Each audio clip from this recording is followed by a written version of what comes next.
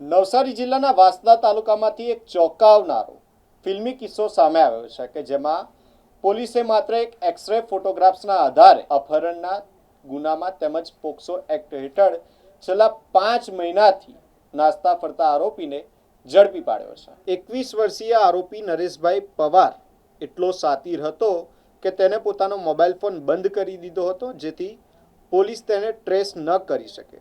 પરંતુ કહેવાય છે કે કાનૂનના હાથ લાંબા હોય છે અને ગુનેગાર ગમે તેટલો સ્માર્ટ હોય, કોઈને કોઈ ભૂલ કરી જ બેસે છે। આરોપીએ પત્નીને ગેરમાર્ગે દોરવા ઇન્સ્ટાગ્રામ પર જે એક્સરે ફોટો અપલોડ કર્યો હતો તે જ તેની બરબાદીનું કારણ બન્યું। વાંસદા પોલીસે ગૂગલ અને સોશિયલ મીડિયાના સહારે મહારાષ્ટ્રના નાસિકમાં ઓપરેશન પાર પાડી 15 વર્ષની સગીરાને સુરક્ષિત મુક્ત કરાવી હતી।